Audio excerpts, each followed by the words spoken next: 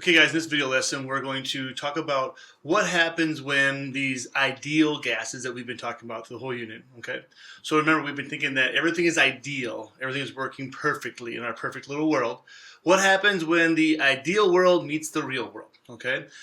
If we take pressure times volume and divide that by nRT, moles, gas constant, temperature, this relationship, PV divided by nRT, should equal 1, right? Because if PV equals nRT, if they divide them out to each other, they should equal 1. So under ideal scenarios, if we modify the pressure of our gases, or we modify the temperature, or we modify the volume, and under all scenarios, this relationship should hold as 1, okay?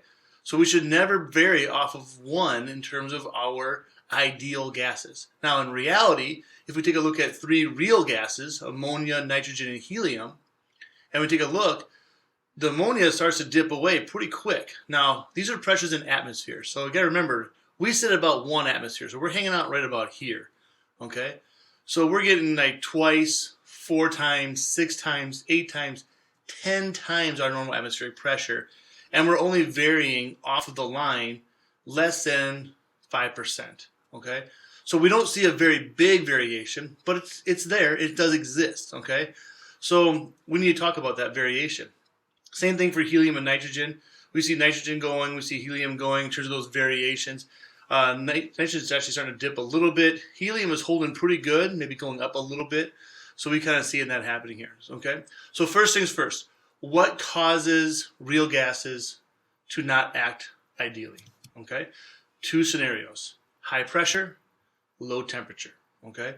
So if we're really high pressure, okay, think of like pressurizing propane into a propane tank. Think about oxygen tanks for people who need it for medical things. Think about scuba diving tanks. Those are high pressure type of tanks, okay? Under those cases, you really couldn't use the ideal gas law to solve for what the temperatures would be in there, the volumes, that kind of stuff.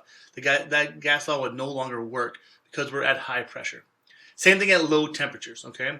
So low temperatures meaning way below room temperature kind of stuff, okay? So we're talking, probably below 0 Celsius, that kind of stuff, where things get really cold, okay? So those 2 scenarios, if we have really cold or really high pressure, we can't use the ideal gas law anymore. It falls apart, okay? And here's why. Okay, so scenario number 1, high pressure. So what happens when we start to pressurize things?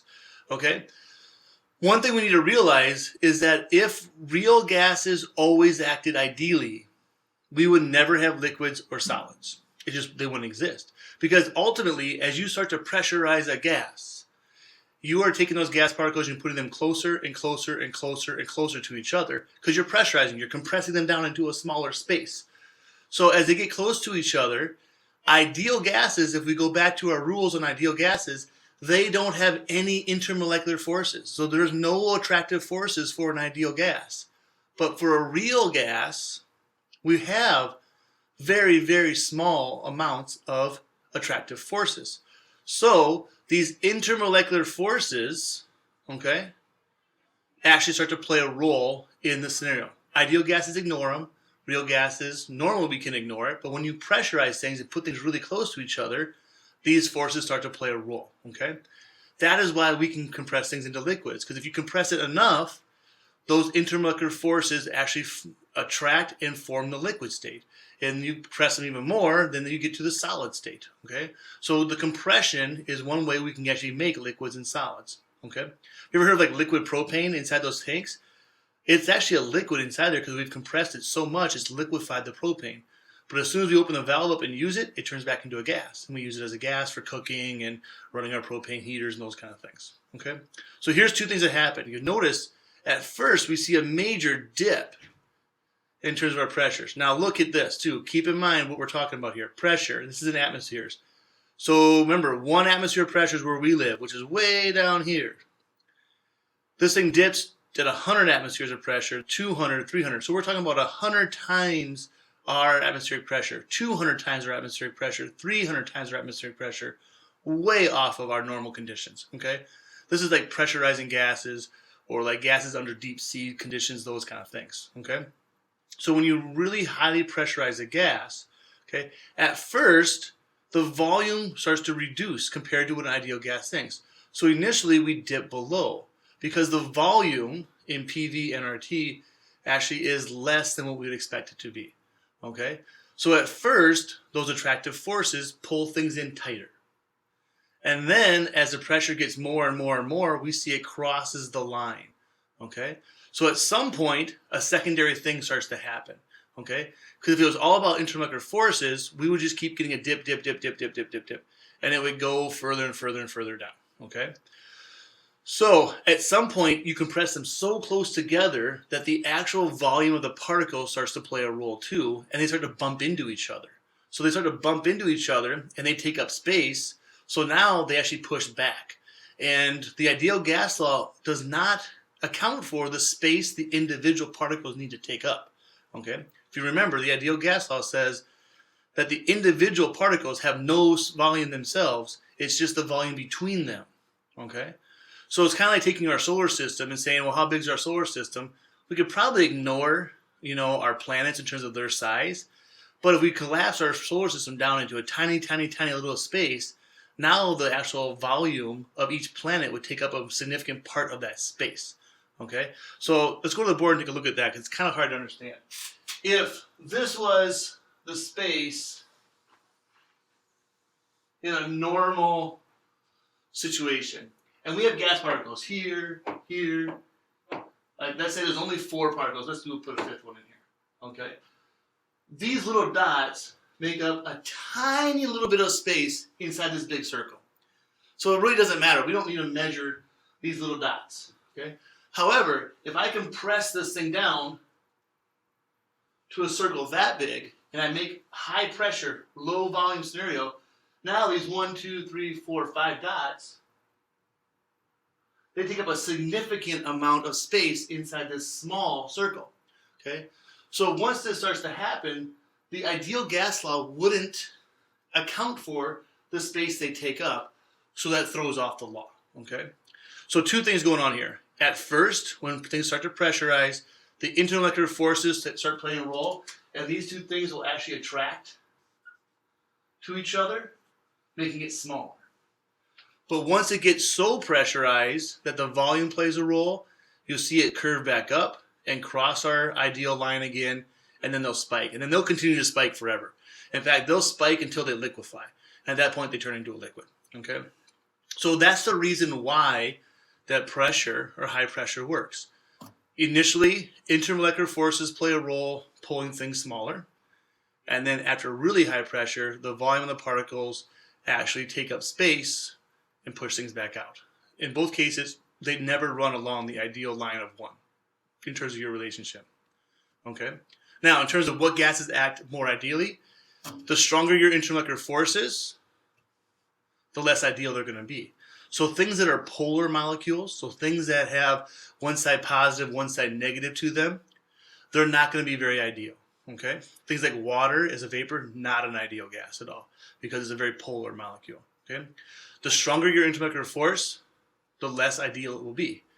Also, big things. So large size, massive type of molecules, they will be less ideal also. So to get to an ideal gas, you want small, non-reactive, not polar.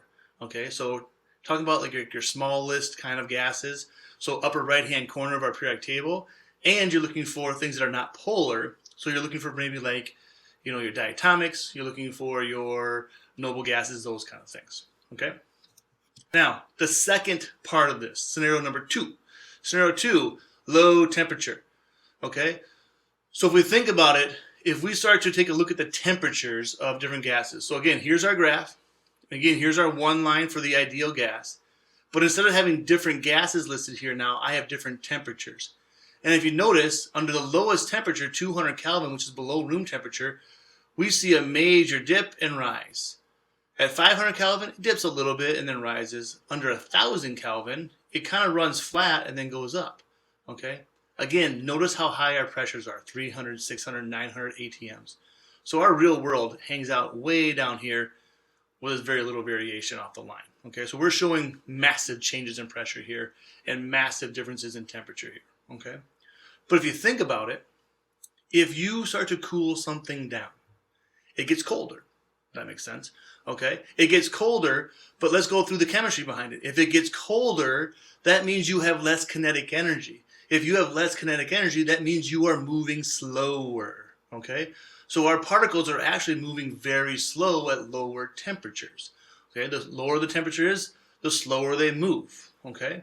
The slower they move, that means that our intermolecular forces are able to hold on to them better. Okay? When I was a kid, we played a game on the playground called Red Rover, Red Rover. I don't know if you still play that game or not, but the idea behind the game was this. You got like a line of kids holding hands, and then you'd yell, Red Rover, send somebody over. So one kid from the other team would come break from their line and run as fast as they could and try to break through the hands of the other teams. If they broke free, they got to pick a person and they join the other team and so forth and so on. Kind of a fun game for kindergartners and like first and second graders, okay? Same idea here, okay? If you have a particle moving fast enough, it can break through or not bothered by these intermolecular forces, okay? So imagine you're moving so fast that things are trying to grab onto you and slow you down, you don't even like notice them, you're just flying by, okay? Don't even see it happening, okay? You're in the fast lane going down the interstate, you don't care who's exiting, you don't care that there's traffic over there, you're in that carpool lane that keeps going flying, okay? But as soon as you slow down, all of a sudden, you can't break free from those intermolecular forces as easily, and now they hold on to you better. So if they hold on to you, they start to affect your ideal behaviors, okay? So once again, we have intermolecular forces playing a major role in how this stuff works, okay? So let's talk about kind of our take-homes from this. Anytime real gases move slower, they act less like an ideal gas, okay? And the reason behind it, the why, is because the intermolecular forces are able to hold on to them and attract them greater, okay? So things that are colder, you're going to see a bigger dip here and a bigger spike here, okay? So then things that are hotter, you're going to see it stay along this line the longest, okay? So ideally, if you had the most ideal gas in the entire universe, okay, you would want it to be very, very small. You would want it to be non-polar, you would want it to be non-reactive, and you would want it to be very, very, very hot, okay? So in those kind of cases, that's your ideal scenarios, okay? So really, we're talking about the best of the best, helium, okay? Helium is tiny, it is a noble gas, so it's non-reactive, it's non-polar, and if we were to heat helium up, it would run along this ideal line the longest of any of our gases would, okay? All right, guys, now let's take a look at this and make sure we're comfortable with what we've been talking about. Okay, so why does helium follow the ideal path the best? We just talked about that, right? Helium, if you take a look, it stays along the line the best, okay? Nitrogen dips and comes up, ammonia drops down. So let's talk about helium first.